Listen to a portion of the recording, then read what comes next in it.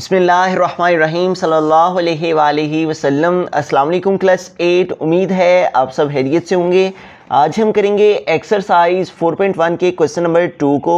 इससे कबल हम प्रीवियस वीडियो में एक्सरसाइज 4.1 के क्वेश्चन नंबर 1 को डिस्कस कर चुके हैं। इसका लिंक मैंने डिस्क्रिप्शन में दे दिया है, आप इस क्वेश्चन से रिलेटेड भी लेक्चर ले सकते हैं।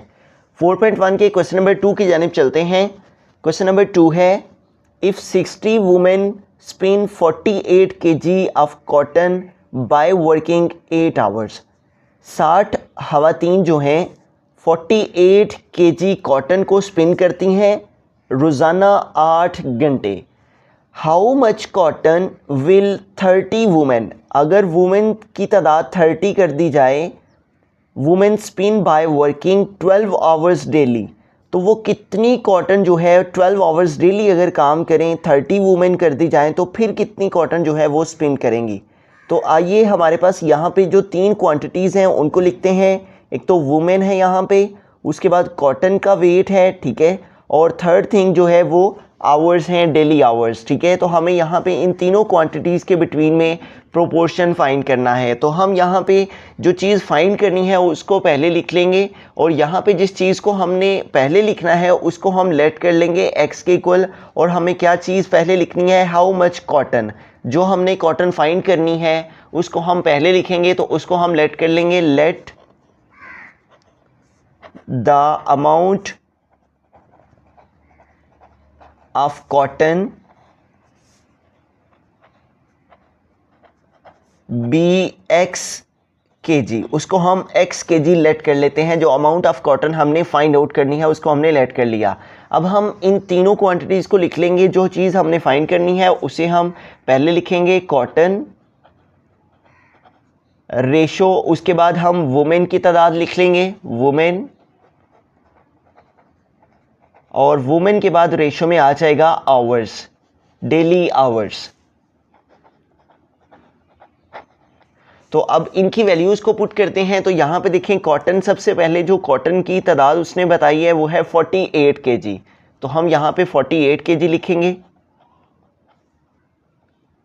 उसके बाद उसने सबसे पहले हमें वुमेन की तादाद जो बताई है वो है 60, तो हम यहाँ पे 60 लिखेंगे। और आवर्स जो उसने इस डाटा के अकॉर्डिंग दिए हैं वो हैं 8, तो हम यहाँ पे 8 लिखेंगे। और इसके बाद उसने कह दिया how much cotton will 30 women spin. अब वुमेन्स की तादाद उसने 30 कर दी है, तो हम यहाँ पे 30 लिखेंगे। और आवर्स जो है वो उसने 12 दे दिए हैं, तो हम यहाँ पे 12 लिख लेंगे।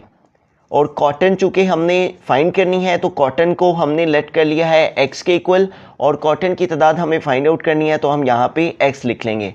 अब पहले हमें इन दो क्वांटिटीज़ के बिटवीन में प्रोपोर्शन फाइंड करना है। अब यहाँ पे देखें, हमारे पास जो 60 वुमेन है वो 48 kg जो कॉटन है उसको स्पिन करती हैं। तो अब वुमेन्स की तादाद जो है वो कम कर दी गई है, 60 से 30 कर दी गई है। तो कम कर दी गई है तो इट मीन्स कि वो कम थोड़ी तादाद में थोड़े किलोग्राम की कॉटन को स्पिन करेंगी।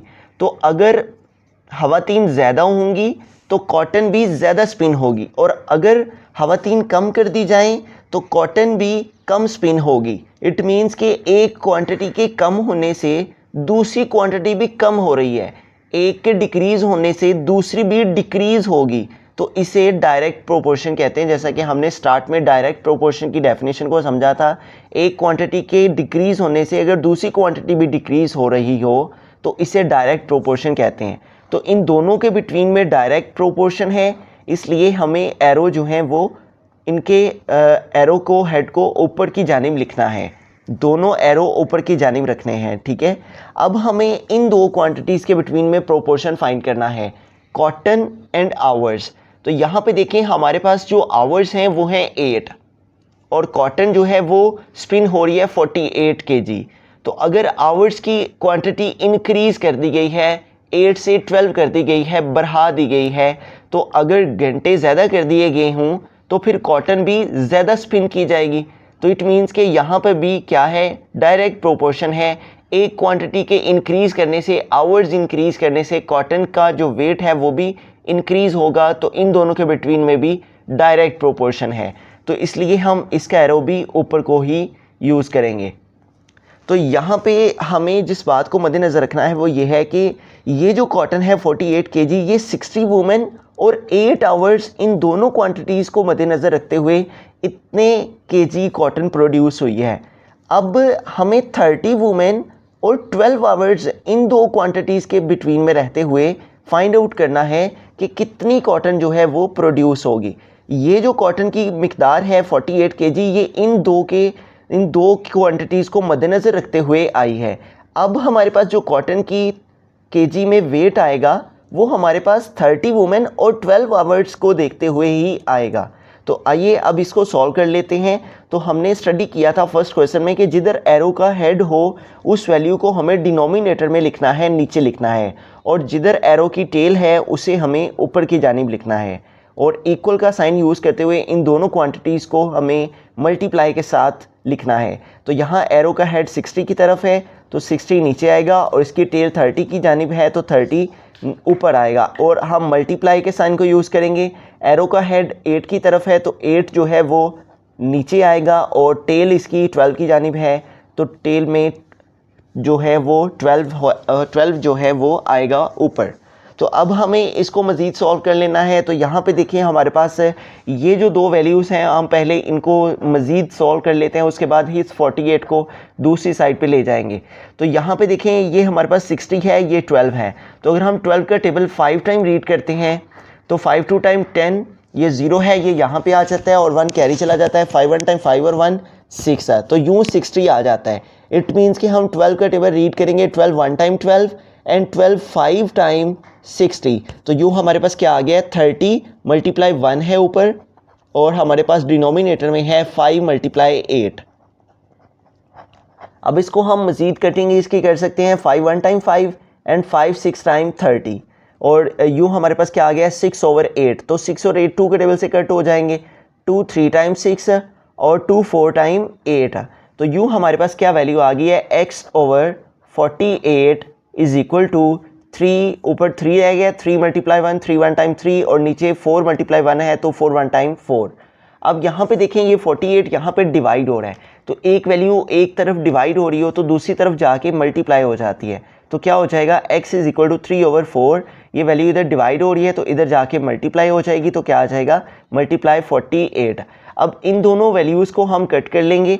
इन दोनों वैल्यूज़ की कटिंग हम 2 के टेबल से कर सकते हैं। 2 2 टाइम 4, और 4 है तो 2 2 टाइम 4, और 8 है तो 2 4 टाइम 8।